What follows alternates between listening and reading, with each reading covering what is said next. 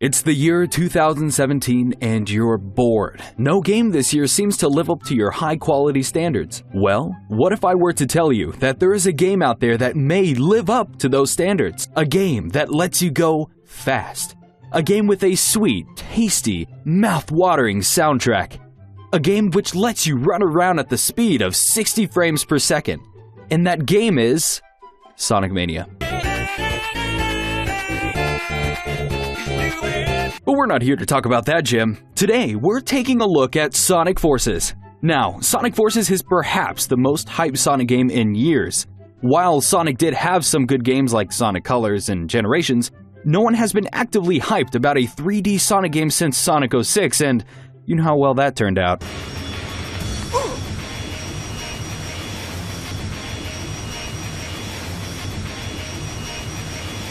So, does Sonic Forces live up to the hype that it's been getting? Well, it's a Sonic game. Now, before we begin the review, let's play a little game. I'm gonna tell you a short story, and you tell me if you've heard this anywhere before. Dr. Eggman has defeated Sonic thanks to a dark and gritty ultimate powerful enemy stronger than any Sonic villain before it, and faster than Sonic.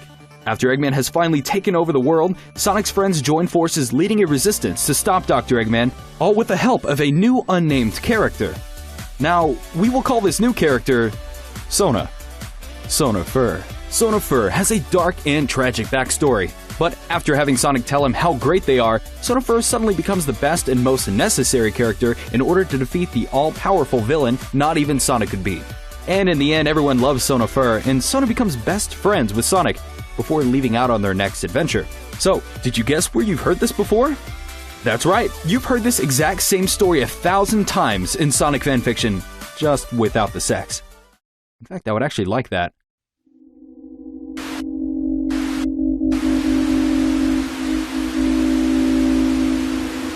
Huh. One of the big complaints I have with the game is the story. It's poorly written, the pace is all out of whack with several cuts from the past, present, and further in the past, and several details are left out of the story and there's no real investment. The characters in the game go 4 months thinking Sonic's dead, and yet after finding out he's still alive by the second mission in the game, all of the characters act like Sonic just got back from the bathroom. Sonic! Is that finished Sonic? Sorry, still not used to saying that.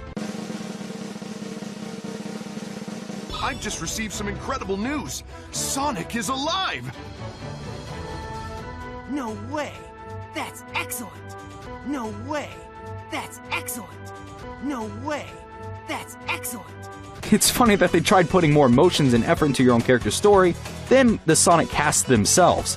Which makes me wonder now, if Sonic Forces was originally supposed to be a Sonic fanfiction parody, it's not hard to see the fanfiction elements in the story, but what's worse is that they do a lot of character tropes often used in fanfiction.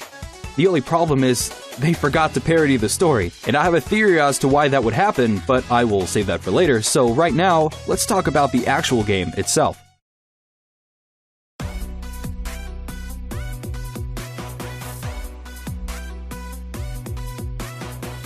Now, Sonic Forces takes a lot from Sonic Generations, which makes sense as it was made by the same people. However, the gameplay isn't just a copy and paste. The game offers 3 playable characters, and each character plays a little bit differently.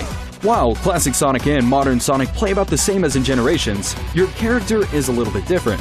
For one, you have the grappling hook, which is a very satisfying tool, as it lets you swing around from hook to hook, or you can grapple onto something as you drift around the corner. It's very useful. You also have the Whispins, similar to Sonic Colors, however, this time around you harness their power as a weapon, which lets your character use a flamethrower or a lightning whip. And apart from those, that's really it. When it comes down to it, almost every level is the exact same. On the 3D segments, you just keep running and hopping forward while destroying enemies, and the 2D segments just have you running left and sometimes right while doing the same thing. And some people may try defending this by saying that's what Sonic always has been, but that's simply not true. Sonic Mania managed to add something new and different with each stage you went to, giving you some new mechanics and gameplay elements to further the game you progressed. This may be disliked by a lot of Sonic fans, but there is one reason why I actually enjoyed Sonic Lost World. Each world is something new and different. constantly giving you new mechanics as you played. It felt like you were actually playing a game and not just slightly controlling a cinematic movie. However, that may be one thing I need to give Sonic Forces some praise on. It felt like a much more cinematic game, and in a way that's really good. The levels, while basically being the same, still looked amazing and beautiful, and that's thanks to the new Hedgehog 2 engine. Mid-level cutscenes beautifully transitioned into the next part of the level, such as your character grappling onto a moving train or Sonic hopping onto an airship and flying across the Death Egg. Props to the designers of this game as the worlds look lively and amazing. If only the levels had more creativity put into them. It just feels like some parts of this game didn't get planned properly, which leads me to my theory. Sonic Forces was actually a rushed game? What a twist!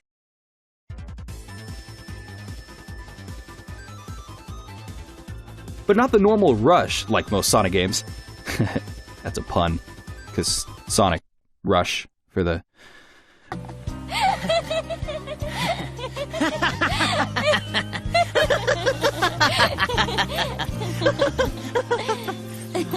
Anyway, as believe me, this is a very solid Sonic game, and nowhere near Sonic Boom in terms of quality. But the planning of this game feels very rushed. The levels feel rushed, the gameplay additions feel rushed, and even the story itself feels like they rushed it along. I mean, you don't even get to fight all of the returning villains, as Chaos doesn't even get a boss fight. And it's sad that they put so much focus on Infinite, yet you only get a bit of his backstory in the Shadow DLC, and yet, to get to the actual important details, you have to read a comic about the game. It feels like they were planning an amazing game, but like always, they were given an insane deadline. And so they could either try to develop the game further and risk the game being another Sonic Boom, or they could just use what they got and make a polished game with unfinished ideas. If that's the case, then I don't blame them. Honestly, I would have preferred this than the usual buggy mess. Despite its flaws, this game is actually pretty fun. Sure, the levels don't have much going on in them, but it's still beautiful to play, and if anything, it feels like a Sonic movie. The character creator is actually a very fun part of the game, and seeing your goofy character in what is a serious and dark story just feels oddly satisfying. And for a $40 game, Sonic Forces is actually worth it. And if you want to wait for a price drop, then that's perfectly fine. As far as Sonic games go, this isn't great, but it's not horrible. It's just okay. I know there's a big war going on between those that think this game is amazing and those that think it's pure garbage, but I think calling it okay is the best compromise, as it accepts the flaws and the fun that can be had with Sonic Forces. In the end, I think we can all accept that Sonic Forces is by far the most expensive Sonic fanfiction ever made. Oh, Shadow!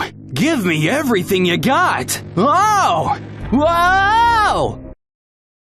Thank you for watching Nitro Review's review for Sonic Forces. If you want to check out who's behind the sexy voiceover, then head on over to GameAway. We are a gaming channel with a knack for production values and a rotating cast. Our most recent video was our Super Mario Odyssey review for Nintendo Switch. Go check it out or I will find you and give you the ol' reach around.